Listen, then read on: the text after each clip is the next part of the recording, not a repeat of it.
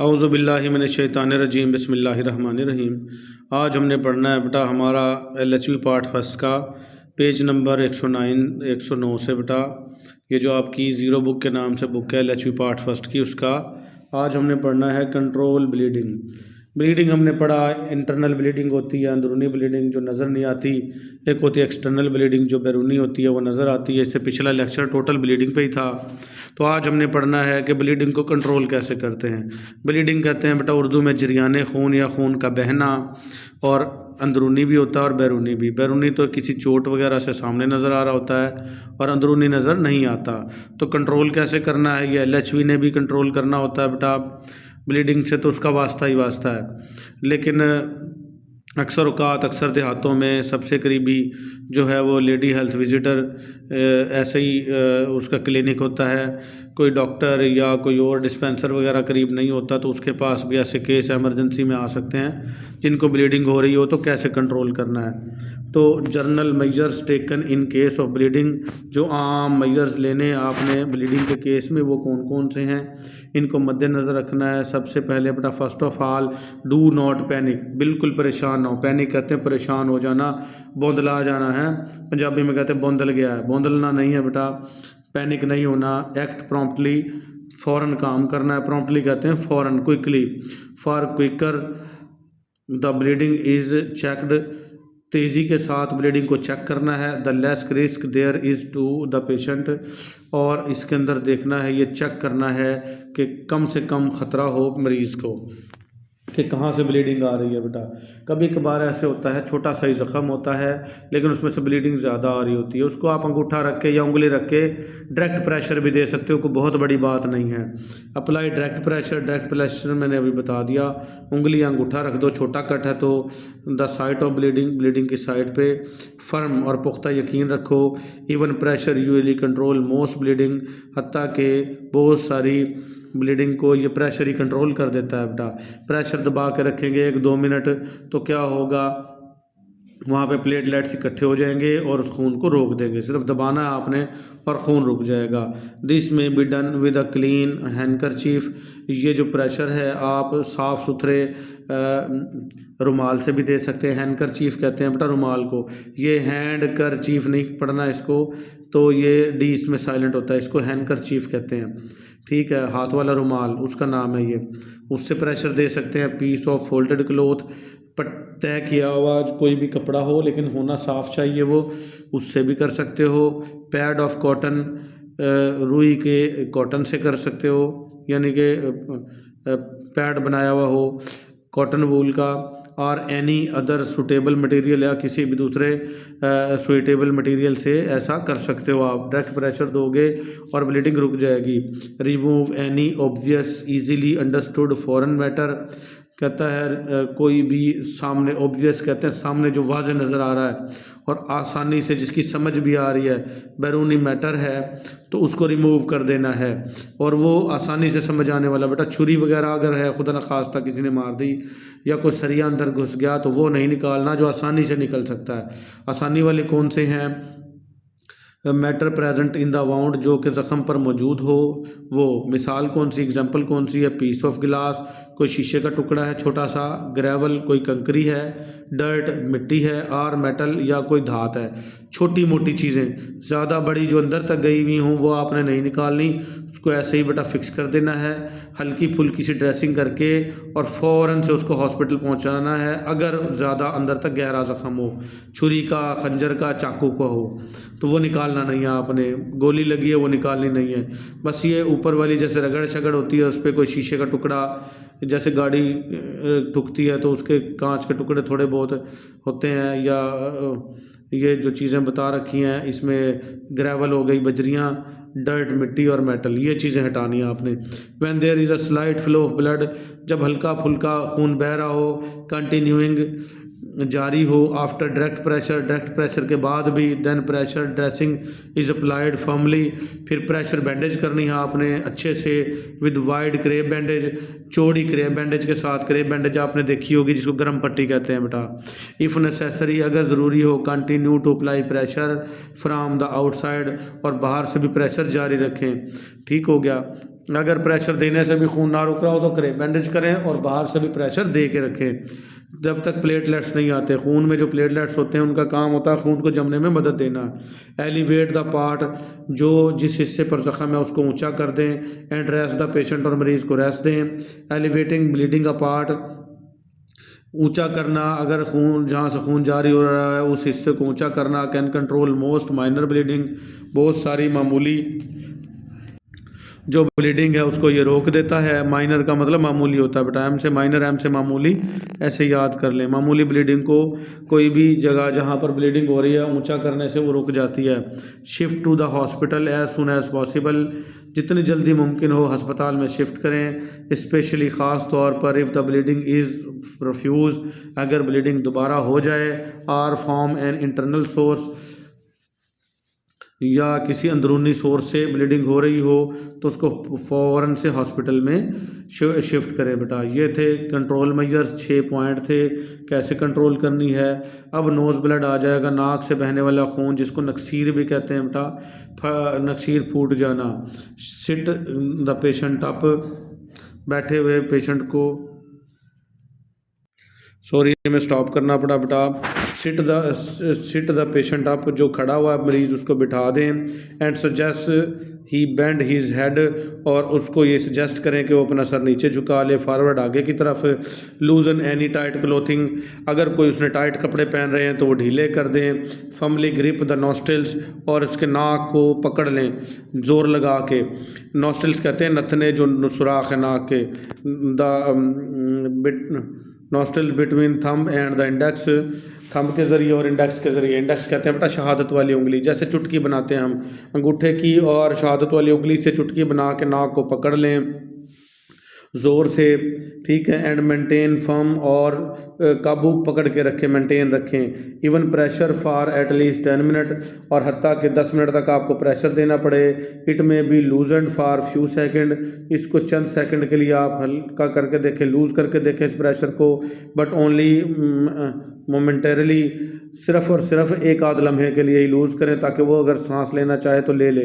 वैसे जिसको नाक से खून आ रहा हो तो उसको सांस लेने ना दे नाक से, उसे कहें मुंह का इस्तेमाल करें सांस लेने के लिए। आफ्टर 10 मिनट्स, 10 मिनट के बाद रिलीज़ ग्रैस्प, ये जो प्रेशर आपने डाला हुआ था इसको ढीला करें। एंड सी, और देखें ब्लीडिंग पॉइंट है एज क्लॉटेड, कि जहाँ से ब्लीडिंग हो रही थी वहाँ पे खून जम गया है, लोथड़ा बन गया है या नहीं। लोथड़ा बनना से क्या होगा, खून रुक जाएगा। इफ़ फ्लो रिकमेंसेस, अगर फ़्लो जो है दोबारा जारी हो जाए। री अप्लाई प्रेशर, प्रेशर को दोबारा अप्लाई करें फॉर फर्दर 5 मिनट्स, मज़ीद 5 मिनटों के लिए। Do not allow patient to blow his nose, मरीज़ को अपने नाक से सांस बाहर निकालने की बिल्कुल इजाज़त ना दें। जैसे लोग जानबूझ के शूं शूं करते हैं, जैसे कोई नाक आया हुआ हो तो ज़ुकाम की सूरत में निकालते हैं, इसको कहते हैं ब्लो। बिल्कुल ब्लो नहीं करने देना अगर नाक से ब्लीडिंग हो रही है। एंड आस्क हिम, और उसे कहें नॉट टू डू सो, ऐसा बिल्कुल ना करे। फॉर मिनिमम ऑफ 2 आवर्स, तकरीबन 2 घंटे तक नाक से ना तो छींके ना ही नाक से सांस बाहर निकाल ले 2 घंटे के लिए। कोल्ड आइस पैक्स, ठंडे बर्फ़ के टुकड़े, और वेट टॉवल या गीले तौलिए अप्लाइड टू द फोरहेड, उसकी पेशानी के ऊपर आपने लगाने हैं। फोरहेड कहते हैं पेशानी को। Often make the patient feel better, ये तकरीबन अक्सर औकात ये ऐसा करने से मरीज़ को बेहतर महसूस करवाती हैं चीज़ें, यानी ठंडा तौलिया और आइस बर्फ़ अगर पेशानी पे लगा दिया आपने। If the above treatment does not stop bleeding, अगर ऊपर वाली जो ट्रीटमेंट आपने दी है उससे ब्लीडिंग नहीं रुक रही, shift the patient to hospital, मरीज़ को हॉस्पिटल में शिफ्ट कर देना है। तो ये नोज़ ब्लीडिंग भी देख लिया आपने बेटा। फिर आ जाएगी management of internal bleeding. Internal bleeding को आपने कैसे मैनेज करना है। Have a person lie down, internal bleeding वो होती है बेटा जो नज़र नहीं आती, तो मरीज़ को आपने लेटा देना है। टेक बीपी, उसका बीपी लेना है। पल्स, उसके दिल की धड़कन चेक करनी है। रेस्पिरेशन और उसके सांस की रफ्तार, ये मैं बार बार बताता हूँ। बीपी बेटा नॉर्मल होता है 120/80, पल्स होती है 60 to 100 नॉर्मल, और रेस्पिरेशन रेट जो है 12 से 20 नॉर्मल हालात में होता है। ठीक है, ये नोट करने हैं आपने। Raise feet to higher level than head, और उसकी टांगें ऊंची कर देनी है उसके सर से। अगर पीछे अगर गाव तकिया है, गोल तकिया है वो लगा दें, या अगर पिछली वाली जो बेड की टांगें हैं उसके नीचे दो दो ईंटें रख दें पिछली वाली, ताकि उसकी टांगें अप हो जाएं और वो नीचे। अगर हॉस्पिटल में है पेशेंट तो उसके अंदर हेड लिफ्ट करने की और लेग रेज करने की सलाहियत बेड के अंदर मौजूद होती है। आजकल के ऐसे मॉडर्न बेड आए हुए हैं, टांगें भी ऊंची कर सकते हैं, सर भी ऊंचा कर सकते हैं। लेकिन इंटरनल ब्लीडिंग की सूरत में टांगें आपने ऊंची रखनी है, सर नीचा रखना है। कि पर्सन वार्म, बंदे को, शख्स को, किसी को भी गर्म रखना है, ठंडा नहीं होने देना। Refer person to hospital immediately, ऐसे शख्स को हॉस्पिटल आपने रेफ़र कर देना है। When internal bleeding is suspected, जब आपको ये शक हो कि इसको इंटरनल ब्लीडिंग हो चुकी है, क्योंकि इंटरनल ब्लीडिंग तो बेटा नज़र नहीं ना आएगी। ठीक है, ये थी इंटरनल ब्लीडिंग की मैनेजमेंट। फिर आ जाएगी management of intracranial bleeding. Intracranial bleeding कहते हैं बेटा क्रेनियम बोन, खोपड़ी का वो हिस्सा जो दिमाग की हिफाजत करता है उसको हम क्रेनियम बोन कहते हैं।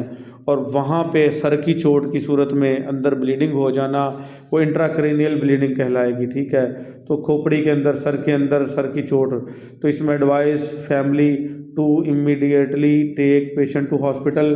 किसी भी फैमिली के मेंबर को ये नसीहत दो कि सर की चोट है, इसको अंदरूनी ब्लीडिंग हो सकती है, फ़ौरन हॉस्पिटल लेके जाओ इसको। रिस्क लेना ही नहीं हेड इंजरी वाले का तो इंट्राक्रेनियल ब्लीडिंग वाले का। की पेशेंट फ्लैट, मरीज़ को बिल्कुल फ्लैट रखना है, ना टांगें ऊंची करनी है ना ही सर ऊंचा करना है।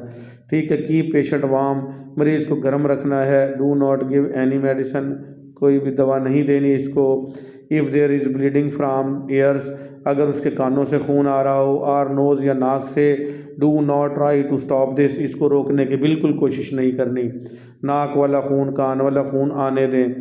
ठीक है, ये नहीं रोकना आपने, वरना अंदर ही जम जाएगा, रुक जाएगा और जो है वो लोथड़ा बन के अंदर बहुत ज़्यादा पेचीदगियाँ पैदा कर देगा। तो ये था हमारा इंटरनल ब्लीडिंग वाला बेटा। फिर आ जाएगा हमारा एक्सटर्नल ब्लीडिंग। एक्सटर्नल ब्लीडिंग कहते हैं बेटा बैरूनी ब्लीडिंग, बाहर से जो ब्लीडिंग नज़र आ रही होती है हमें। ठीक है, एलिवेट इफेक्टेड एरिया, जो मुतासर एरिया है उसको ऊंचा कर दें। आपने हॉस्पिटल में देखा होगा या आपने बाजू की चोट वाला भी देखा हो तो गले में रस्सी डाल के बांध देते हैं, एलिवेट करते हैं। ठीक है, अप्लाई प्रेशर बैंडेज अप्लाई करें ताकि खून रुक सके। अप्लाई टॉर्निकेट इफ़ नेसेसरी, और अगर ज़रूरी हो तो टॉर्निकेट लगाएं। टॉर्निकेट वो है जो मेडिकल से रिलेटेड लोग हैं बेटा, जो बाजू वगैरह पे लगा देते हैं रग वाला इंजेक्शन लगाने के लिए, ताकि बाजू जो है वो खून रुक जाए और रगें फूल जाएं। तो टॉर्निकेट होती है, आजकल दिखा देता हूँ मैं आपको टॉर्निकेट। ये देखें बेटा, ये टॉर्निकेट होती है इस तरह से, ये देखी होगी आपने, ये क्लिप है इसका, ये एडजस्ट हो जाती है। ये देखें इस तरीके से, ये इंजेक्शन लगा रहा है, ये इधर लगा दी टॉर्निकेट और रगें फूल जाती हैं इससे। तो ये ब्लीडिंग की सूरत में भी यूज़ करते हैं। ये देखें इस तरीके से, ये टाइट कर देती है ताकि ज़्यादा ब्लड आगे ना बहे और मेन जो वेन्स हैं या आर्टरीज़ हैं उनको ये ब्लॉक कर दे और आगे एक्सटर्नल ब्लीडिंग में खून ज़्यादा ना बहे। पहले के वक्तों में ये देखें ऐसी ही होती थी। ये टॉर्निकेट देसी तरीके से ऐसे कोई भी कपड़ा बांध के और उसमें डंडा एक फंसा दिया जाता था ऐसे, और इस डंडे को घुमाते रहते थे और ये टाइट होती रहती थी। तो आजकल ये वाली जो है ये आ गई हैं असल इस तरह से क्लिप वाली, इसको जैसे जितना जितना खींचेंगे उतना ही ये जौन सा है टॉर्निकेट जो है वो खून को रोकेगी। और यहाँ देखें ये भी बताया जा रहा है कि देखें यहाँ पे चोट थी जहाँ मैं टच कर रहा हूँ, और दिल से और चोट के दरमियान वाली जगह पे आपने टॉर्निकेट लगानी है। ये ना हो कि आप उससे आगे टॉर्निकेट लगा दें, जैसे ये लगा रहा है देखें यहाँ क्रॉस का निशान है, ये गलत लगा रहा है। दिल से तो खून आ रहा है, चोट से तो निकलता रहेगा, आपने दरमियान में ही बंद करना है ना, दिल से और चोट के दरमियान में आपने टॉर्निकेट लगानी है। ठीक हो गया, तो ये तरीका भी ठीक था पहले के वक्तों वाला। अभी भी अगर खुदा न खास्ता आपके पास टॉर्निकेट अवेलेबल ना हो तो ऐसा कर सकते हैं, कोई भी रुमाल वगैरह बांध के और कोई भी डंडा उसमें दे के और घुमाते रहें, जितना घुमाएंगे ये टाइट होती जाएगी।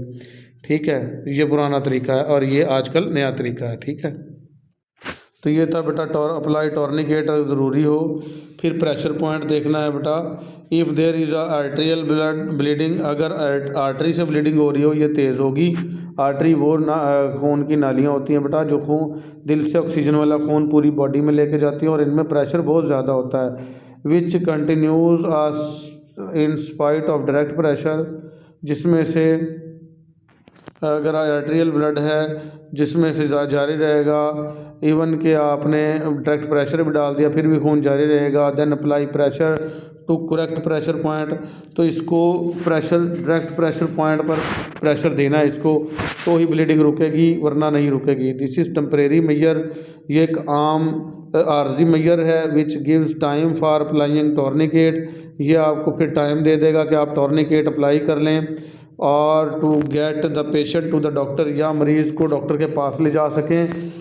ये जो प्रेशर पॉइंट में प्रेशर डालना ना, ये एक आर्जी तरीकाकार है बेटा, इससे यानी मरने से बचा लोगे और डॉक्टर तक ले जाने का टाइम मिल जाएगा आपको।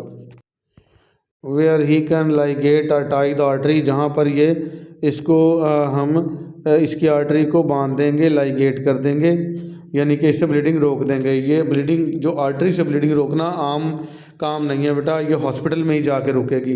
The most common use pressure point, जो मोस्ट कॉमन प्रेशर पॉइंट है वो कौन से हैं? The brachial artery, brachial artery बेटा होती है आपकी जांग में, ठीक है, और radial and ulnar artery radius ulna पे होती है, ये रेडियस पे होती है जो अंगूठे के करीब, और अल्ना में होती है जो हड्डी छोटी उंगली के करीब होती है बाजू की, वहाँ पे। And femoral artery, femoral artery जो है फीमर बोन पे होगी, ये होती है जांग में बेटा। ब्रेकियल होती है कोहनी के पास, फीमर होती है जांग के पास। And anterior and posterior tibial artery, tibia और फिब्यूला बेटा टांग की हड्डियाँ, यहाँ आर्टरियाँ होती हैं, ये मैं दिखाता हूँ आप आर्टरी के नाम और लोकेशन दिखाता हूँ मुख्तलिफ आपको। ये देखें बेटा, ये प्रेशर पॉइंट्स हो सकते हैं, ये गर्दन में होती है यहाँ पे जहाँ रेड निशान है, ये करोटेड है, यहाँ कोहनी के पास ब्रेकियल, ये अंगूठे की तरफ रेडियल, और ये छोटी उंगली की तरफ अल्नर, और यहाँ पे ये फीमोरल है जांग में, और इसके बाद ये जौन सा पोस्टीरियर टिबियल है, और ये डोर्सेलस पीडस है। ये मुख्तलिफ हैं, ये देख लें यहाँ पे ये दिखा भी रखी हैं। ये टेम्परल है कान के करीब, ये करोटेड गले के अंदर गर्दन में, ये ब्रेकियल आर्टरी ये यहाँ से पुदकती हुई महसूस होगी, ये ऊपर की तरफ अंगूठे की तरफ रेडियल है, और ये अल्नर नहीं दिखाई यहाँ इन्होंने, ये छोटी उंगली की तरफ अल्नर होती है, ये वाली फीमर हड्डी पे फीमोरल है, ठीक है, और ये डोर्सेलस पीडस, और ये पोस्टीरियर टिबियल। तो ये प्रेशर पॉइंट्स हो सकते हैं ये आर्टरी के, इसका पता होना चाहिए, यहाँ से आप ब्लीडिंग को कंट्रोल कर सकते हैं। तो ये था बेटा आज का हमारा लेक्चर। फिर आ जाएंगे टॉर्निकेट्स। वैसे कुछ इसी लेक्चर में मैंने टॉर्निकेट्स के बारे में जिक्र किया, वो हम पढ़ेंगे तफसील से अगले लेक्चर में। आज के लिए इतना ही, मिलेंगे अगले लेक्चर में बेटा। अल्लाह हाफिज़।